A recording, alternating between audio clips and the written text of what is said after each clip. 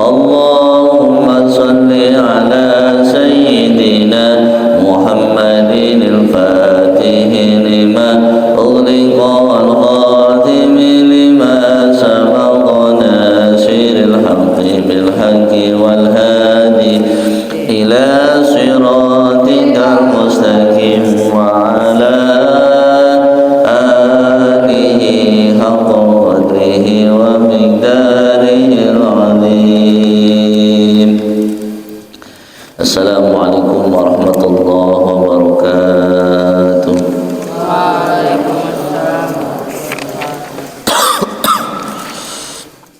Bismillahirrahmanirrahim. Nawaitu ta'alluma wa ta'lima wa tadhakkura wa tadhkira ala tamassuki bi kitabillahi ya Fattahu ya Alim ya Razzaq ya Karim. Allahumma iftah alaina futuhal arifin bihikmatika wanshur alaina rahmataka wa dhakkirna ma nasina ya dal jalali wal ikram. Al-Fatihah. A'udzu billahi minasy syaithanir rajim. Bismillahirrahmanirrahim. Alhamdulillahi rabbil alamin arrahmanir rahim maliki yaumiddin. Iyyaka na'budu wa iyyaka nasta'in ihdinas siratal mustaqim siratal ladzina an'amta 'alaihim ghairil maghdubi 'alaihim waladdallin.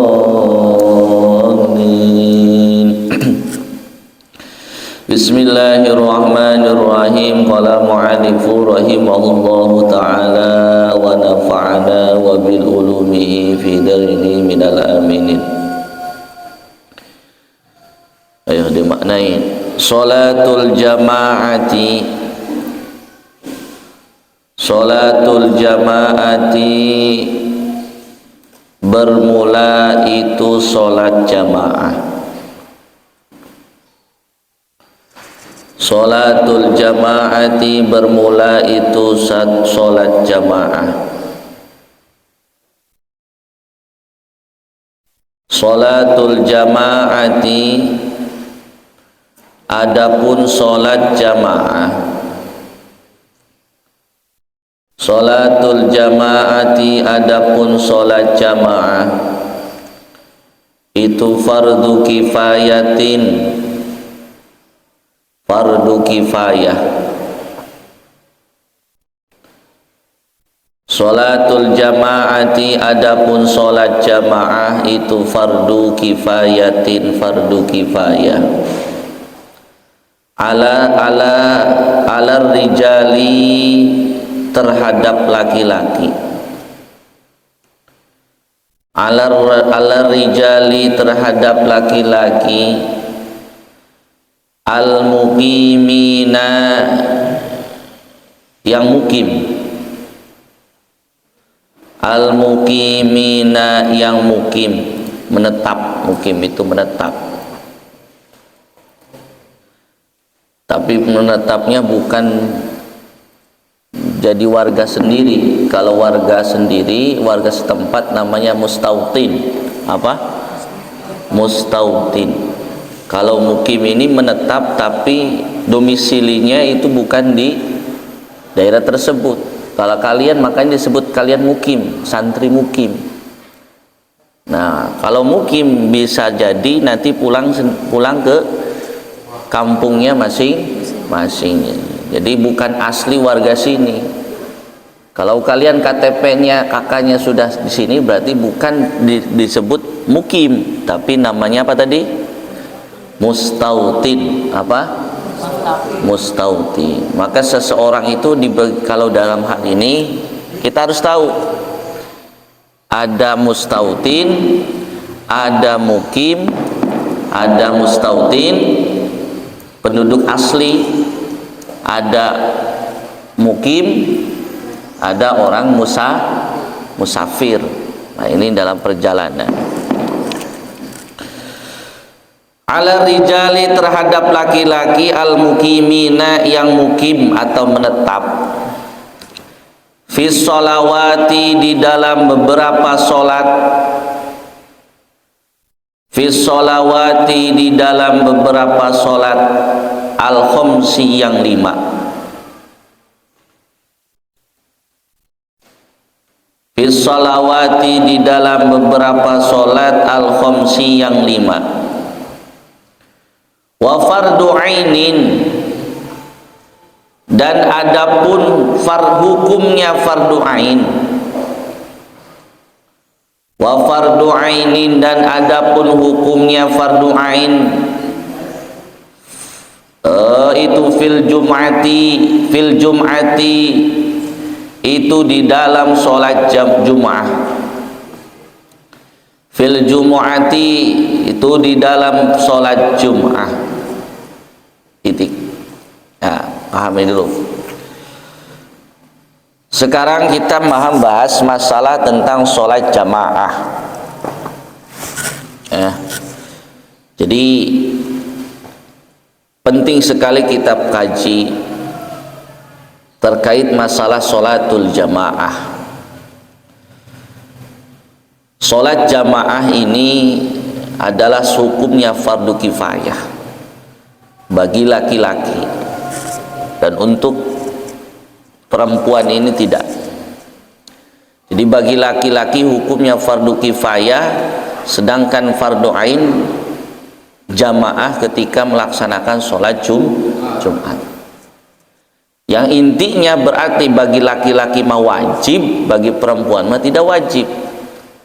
Maka kalau ada laki-laki gak jamaah 5 waktu ya di masjid, geus pakai rok wae ya, pakai muken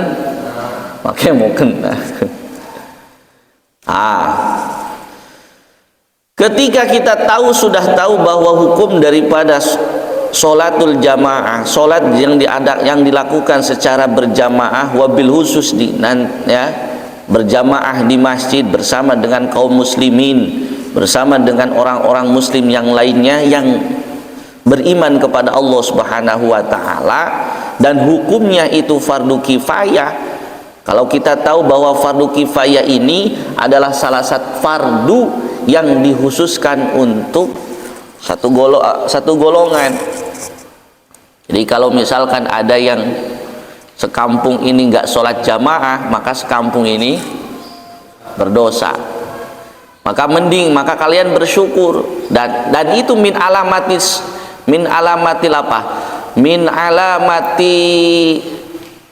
bala. Kalau misalkan salah satu alamatnya bala, bencana pada satu golongan, satu kampung, bila mana di kampung ini tidak ada yang sholat jamaah. Ada masjid misalkan operasinya misalkan sebulan 1 tahun sekali, kalau misalkan bulan puasa, maka bersyukur kalau misalkan ada kampung masjidnya walaupun jamaah sebaris 2 baris, 2 orang misalkan, yang penting jangan satu borongan, dia adzan, dia imaman borongan. Bersyukur bila mana ada orang yang bisa memakmurkan masjid sampai berjamaah di sananya. Itu adalah salah satu tolak balanya satu kampung. Maka dalam hal ini sholat jamaah ini fardu kifayah, hukumnya fardu kifayah. Paham ya? Nah, terkait masalah jamaah ini penting sekali para santri. Sudah sering Ustaz katakan bahwa sholatul jamaah itu afdolu min sholatil sorangan. Sholat jamaah itu lebih utama dibandingkan sholat munfaridan sendiri.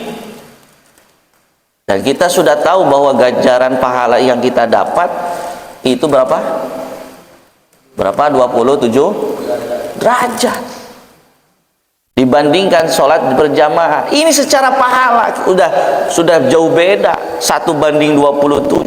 Tetapi para hadirin, para santri, kita tidak mengharap pahala.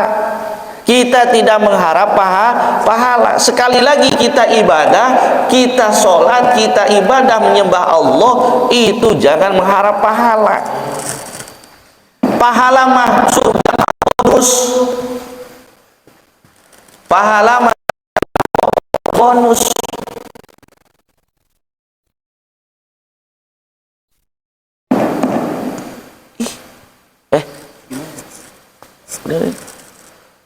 Pahala mah surga mah bonus. Yang kita harapkan itu apa? Ridho dari Allah Subhanahu wa ta'ala.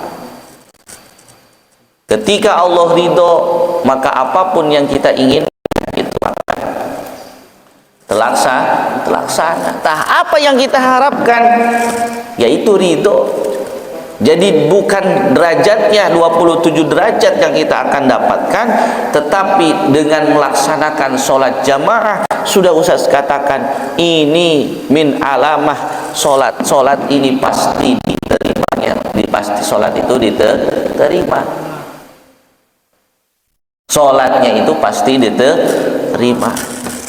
Maka Ustaz kan pernah mengibaratkan, benerin terlalu tangan. Ya, sholat berjamaah itu Ustaz pernah mengibaratkan, orang melakukan sholat jamaah kenapa pasti diterima 100% diterimanya. Diibaratkan dibandingkan sholat sendiri. Kalau sholat sendiri, kalau sholat berjamaah, nih diibaratkan ketika kalian beli satu buah. Kan kalian pernah beli buah tidak?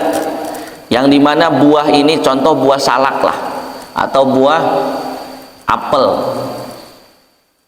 Belinya itu kiloan. Ya, sudah di kilo. Apelnya sudah di kilo. Kalau sudah di kilo, kita bisa milih apa tidak?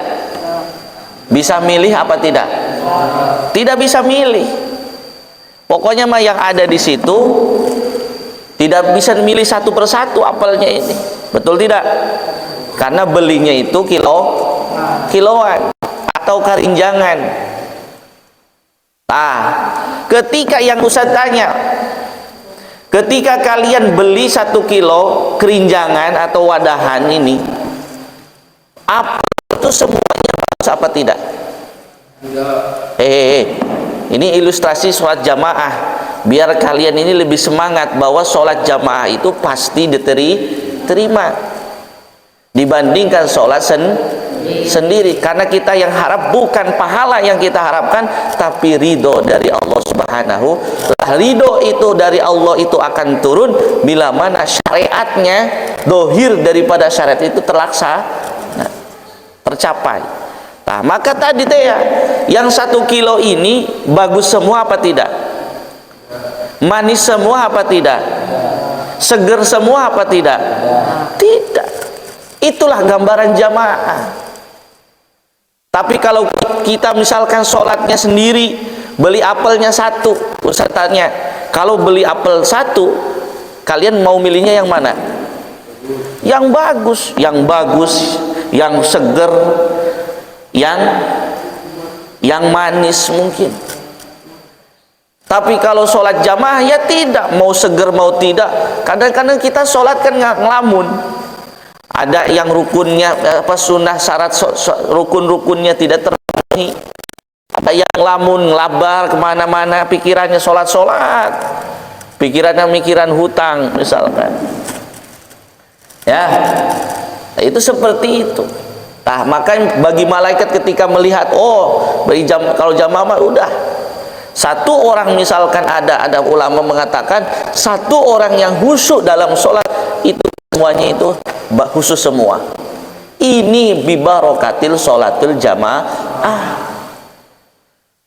Maka kan kita tahu hikmah daripada barokah jamaah, makan secara jamaah sedikit yang enak jadi yang tidak enak jadi enak, walaupun misalkan idamnya cuman lauk asin, tapi dengan jamaah lauk asin dengan sambelnya nikmat. Beda dengan sholatul dengan sendiri. Ini berbarokah dari jamaah itu sendiri para hadirin. Maka kita itu jangan tinggal jamaah. Islam bisa maju, Islam bisa kuat, itu bisa babil jamaah. Jadi Islam begitu juga, Islam bisa pecah, umat Islam tidak akan kuat bila mana masing-masing itu. Ini dalam kaitan berjamaah itu luar biasa.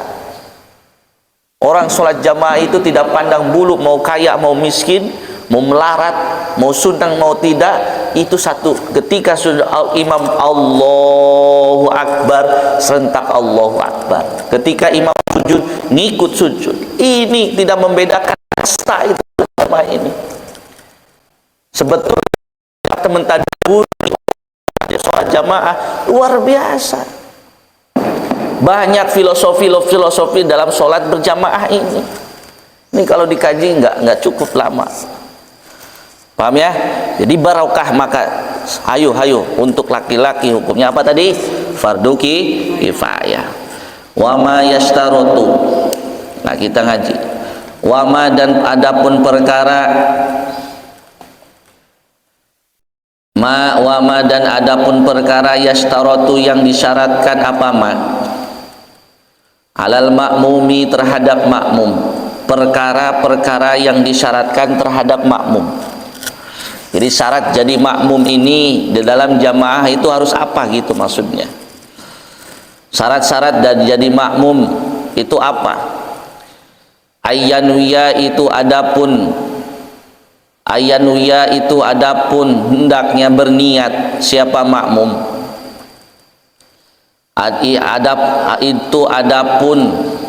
Nah ini kalau bahasa makna itu seperti ini. Jadi khobar muqaddam, mubtada muakhir.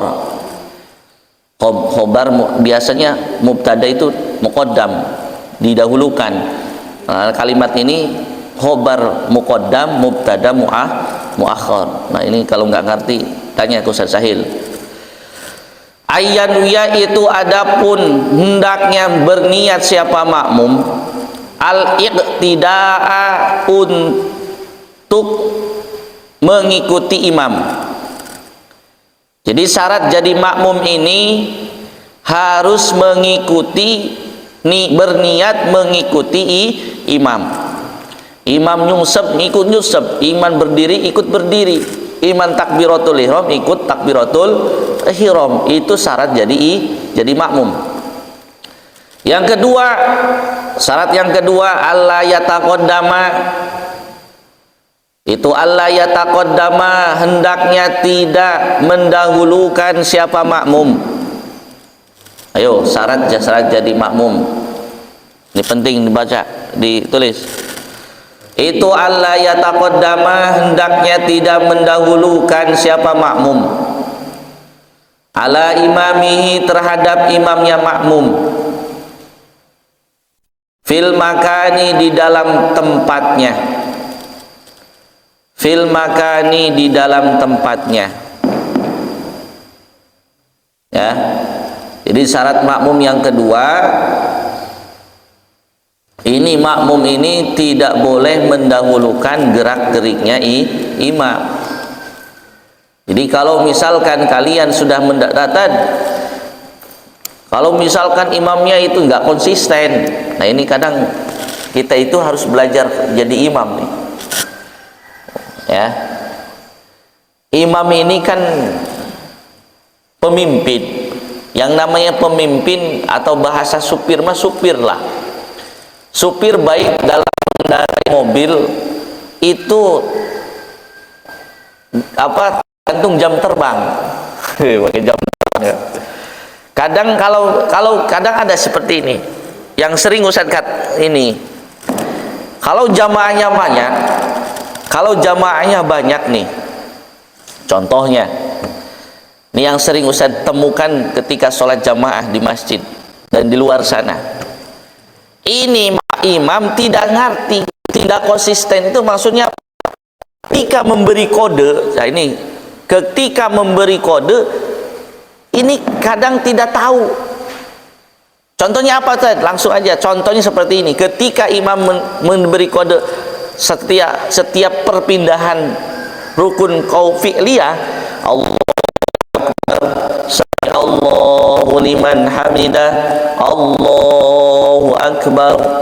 Itu kan biasanya dengan takbir Allahu akbar.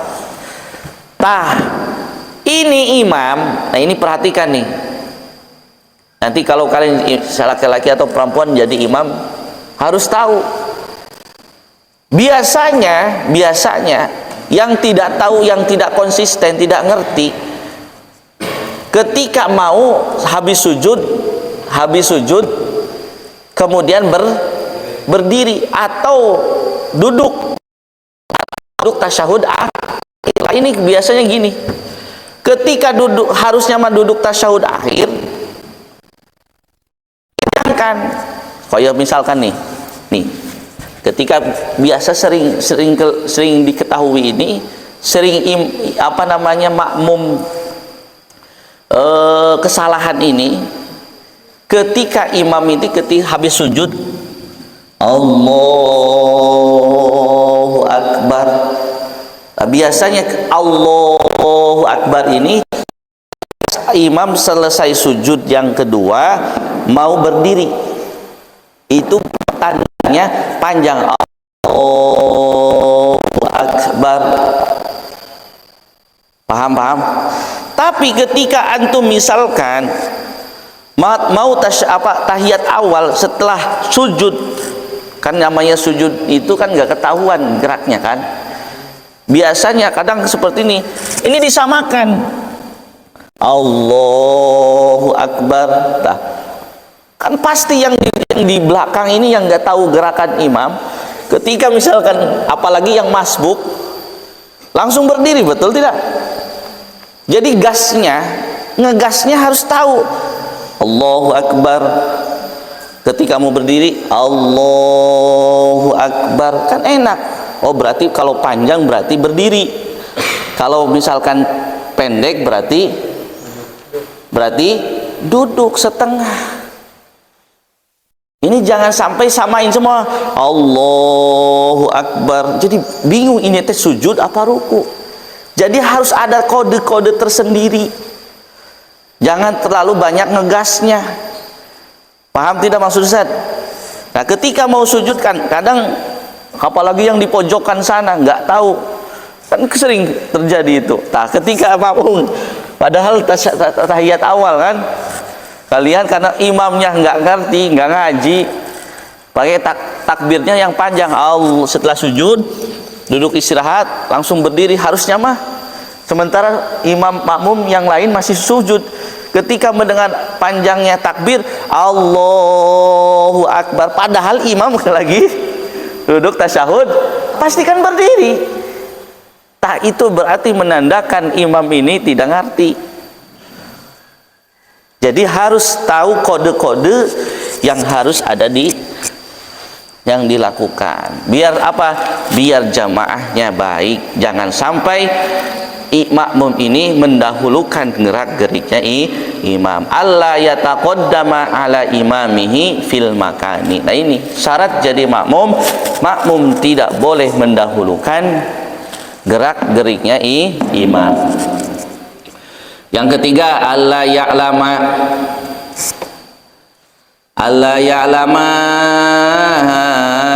itu hendaknya mengetahui siapa makmum, hendaknya mengetahui siapa makmum bil intiqalati, di dalam beberapa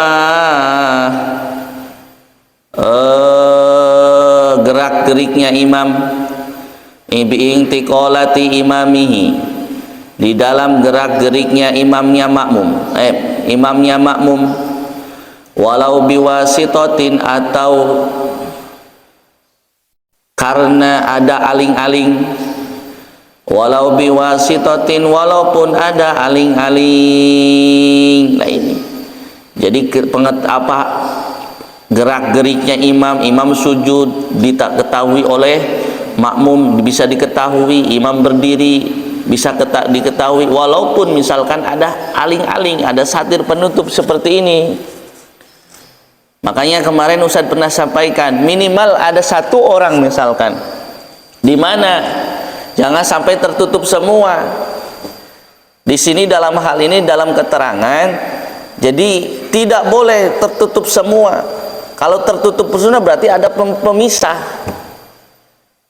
Ya, kita bisa jamaah, kan syarat jadi makmum ini harus mengetahui gerak-geriknya imam. Lah kalau makmumnya di belakang, nggak tahu imam ini sujud atau gimana, dari mana tahu gerak-geriknya imam?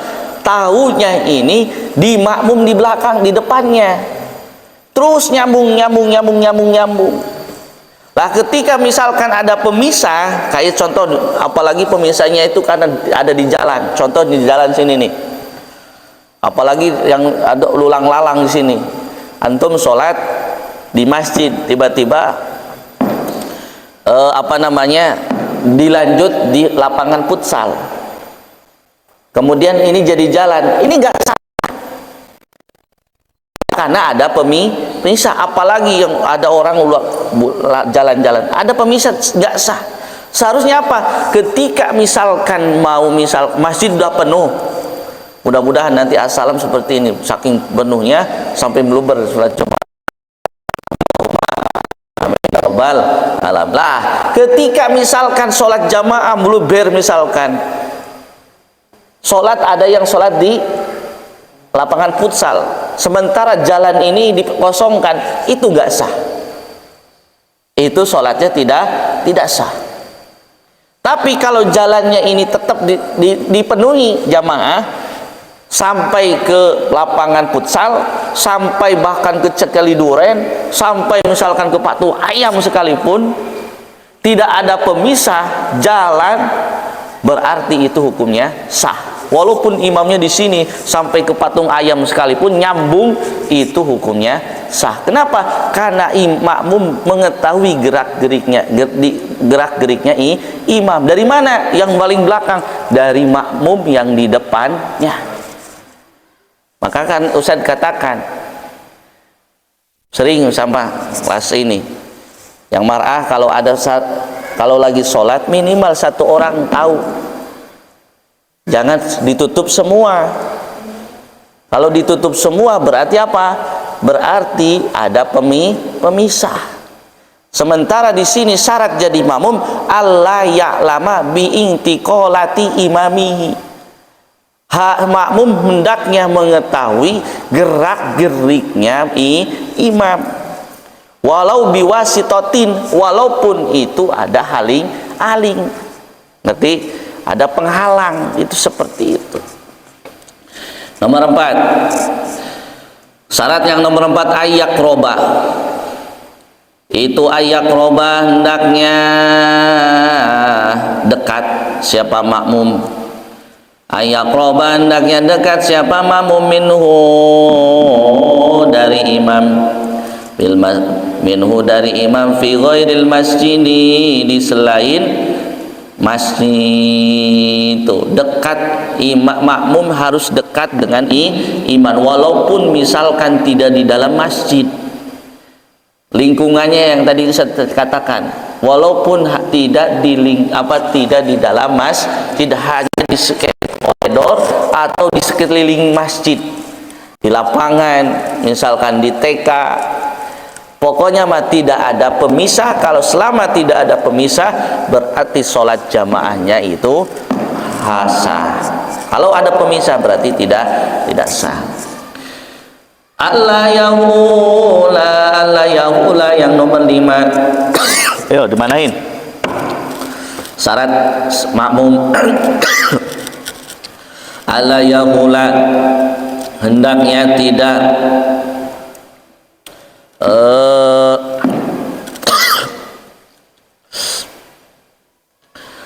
terhalang. Allah yahula hendaknya tidak terhalang bainahuma, antara makmum dan imam, hailun pada perkara yang dihalangi, hailun pada perkara yang dihalang-halangi. Jadi tempatnya makmum dengan tempatnya imam, posisinya imam dan makmum, imam tidak terhalang. Maka kalau baiknya ini imam ini kalau bisa mah di pamimbaran ini, kalau di kampung-kampung letaknya lebih tinggi ya. Ini ada keramik ini teh minimal 5 cm atau 10 cm. Kalau lebih tinggi nanti gejog dulu pisan ya. Tujuan apa lebih tinggi ini? Biar satu, biar kelihatan yang apalagi kalau imamnya pendek ya, apalagi kalau imamnya pendek. Itu kalau di pamimbaran tempat sholatnya imam harus diupayakan lebih tinggi, dan tidak boleh la yahula, tidak boleh terhalang oleh satu apapun antara pemisah antara imam dan makmum. Allah yakbiqahu, selanjutnya Allah yakbiqahu, Allah yasbiqahu, dan hendaknya tidak mendahulukan siapa makmum terhadap imam. Tidak boleh mendahulukan imam makmum terhadap imamnya, au yata'akhkhara, atau mengakhirkan anhu terhadap imamnya, biruknaini, dengan dua rukun fi'liyina yang berbangsa rukun fi'liyah, bila udrin, dengan tanpa uzur. Tak ini Ustaz udah katakan bahwa ketika kalian sholat di dalam sholat jamaah, mendahulukan atau mengakhirkan rukun fi'liyahnya sholat ya dengan tanpa uzur, maka hukum sholat jamaahnya batal. Mengakhirkan sampai 2 rukun atau nyantai santuy tanpa ada uzur. Contoh apa? Ketika misalkan imam sudah sujud, kalian masih ruku ya, kalian nyantai saya mah. Atau misalkan imam belum sujud, kalian sudah sujud, berarti sudah apa? Mengakhirkan atau mendahulukan 2 rukun, maka sholat jamaahnya batal. Ini harus penting sekali kalian situ. Dibangunin, bangunin. Ayo. Ya. Penting sekali, jangan mendahulukan, jangan mengakhirkan sampai dengan 2 rukun. Allah yasbiqo. Kemudian apa? Allah yasbiqo, dan hendaknya tidak mendahulukan siapa makmum. Au yuqarina, atau membarengi imamahu terhadap imamnya makmum, fi takbiratil ihrami, di dalam takbiratul ihram. Tidak boleh mendahulukan juga dan tidak membarengi ketika pada saat imam melaksanakan takbiratul ihram. Contoh, imam usolli fardhu duhri, Allah, kalian makmum langsung Allahu akbar, tidak boleh. Tidak boleh membaring, harus tunggu dulu imam ini setelah selesai mengucapkan takbiratul ihram Allahu akbar, baru kalian makmum Allahu akbar. Nah, ini caranya. Atau mendahulukan, ya itu bukan imam, bukan makmum, atau mendahulukan imam. Ya paham ya, itu mah makmum koslak, itu koplak itu. Yang mau makmum ya harus mengakhirkan ya, tidak boleh mendahulukan atau membarengi pada saat imam melaksanakan takbiratul ihram. Tunggu dulu Allahu akbar, baru makmum melaksanakan Allahu akbar. Dan terakhir apa? Yang ke-8 syarat jadi makmum, ayyuwafiqo, hendaknya tidak nyukupi atau fi sunanin, di dalam hal-hal sunnah, tafhusul mukhalafatu, yang banget nulayani fiha terhadap perkara, kas tasyahudil awal, seperti dengan tasyahud awal, wa sujudu sahwi, dan sujud sahwi. Allah yaqidah, dan hendaknya tidak meyakini wujubal i'adati, adanya wajib i'adah alal imami terhadap imam, Nah ini tidak meyakini bahwa sholat syaratnya makmum selanjutnya apa? Tidak meyakini Allah ya'taqida wujubal i'adah. Lah ini tidak meyakini bahwa imam ini melaksanakan sholat i'adah. Tahu sholat i'adah nggak? Sholat i'adah,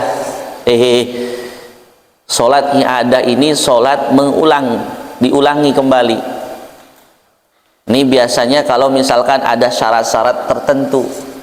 Dan biasanya ini kalau misalkan sholat Jumat kan wajib berjamaah. Tiba-tiba misalkan ada syarat, karena kita tahu ada sholat Jumat, kan ada sholat Jumat itu rukun-rukunnya harus terpenuhi. Ya, salah satunya apa? Rukun khutbah.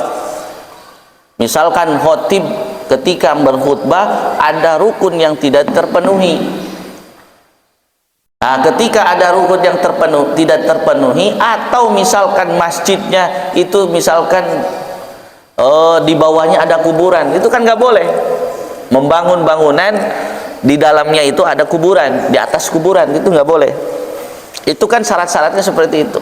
Lah ketika tahu ada syarat-syarat dan rukun yang tidak terpenuhi di dalam Jumat, contoh sholat Jumat saja, berarti sholat Jumatnya nggak sah. Kalau tidak sah berarti apa? Harus i'adah, mengulang kembali. Nah, i'adah itu sholat yang diulang kembali, membaleni. Bahasa ini i'adatun, wajib baleni sholat. Jadi sholat i'adah itu sholat pengulangan. Kalau sholat qadha itu apa? Pembayaran. Ya, kita punya hutang di qadha di waktu yang lain, di qadha ya. Kalau sholat i'adah diulang, udah sholat deui. Itu namanya sholat apa? I'adah. Lah makmum itu tidak meyakini Allah ya'taqida, tidak meyakini bahwa imam ini melaksanakan sholat i'adah. Nah ini Ustaz terus terang, kalau sholat di pondok ini ya, makanya penting ngaji itu seperti ini, biar tahu oh ini teh sah. Kalau sholat Ustaz seringnya ini sholat Jumat, maaf bukan berarti Ustaz ini ya, sholat di pondok kadang Ustaz ngulang kembali sendiri, karena melihat apa yang khutbah ada di antar sebagian yang khutbah ini tidak melakukan rukun daripada rukun khutbah. Kalau tidak melakukan rukun khutbah, otomatis khutbahnya tidak sah. Kalau tidak sah berarti sholat Jumatnya tidak sah. Nah ketika sudah tahu Ustaz seperti itu, apalagi sholat imamnya ada yang salah, misalkan kesalahan imam diketahui kan oleh makmum, itu kan batal. Kita tidak boleh mengikuti, harus apa? Mufarroqoh, harus pisah. Nah ketika sudah tahu seperti itu ya kita ikut aja jamaah sholat Jumat. Tapi ketika sudah selesai kita ke belakang sholat lagi, namanya sholat apa? Sholat duhur, namanya i'adah, sholat duhur, diulang kembali. Boleh apa tidak? Ya boleh. Itu untuk meyakini. Tuh seperti itu ya. Jadi tidak boleh dari sholat i'adah. Maka sholat itu ada macam-macamnya. Ada sholat ada. Ulangin, sholat itu ada berapa? Sholat ada. Kemudian sholat ada itu apa sih? Sholat pada waktunya. Makanya ada niatnya apa? Usolli fardhu subhi rakaataini mustaqbilal qiblah ada alillahi ta. Nah ini, ada sholat ada sholat qadha. Kalau qadha adaannya itu diganti qadhaan lillahi ta'ala. Kalau i'adah mengulang, bagi sholat adaannya ini disebut diganti apa? I'adatan lillahi ta'ala. Jadi sholat ini ada 3 macam. Ada sholat ada, yaitu yang dilakukan pada waktunya itu sendiri, dan sholat qadha, sholat yang terlupakan atau tidak dilaksanakan pada waktunya di lain waktu, dan sholat i'adah, sholat pengulangan sholat. Man tasihul qudwatu bihim wallahu a'lam bissawab.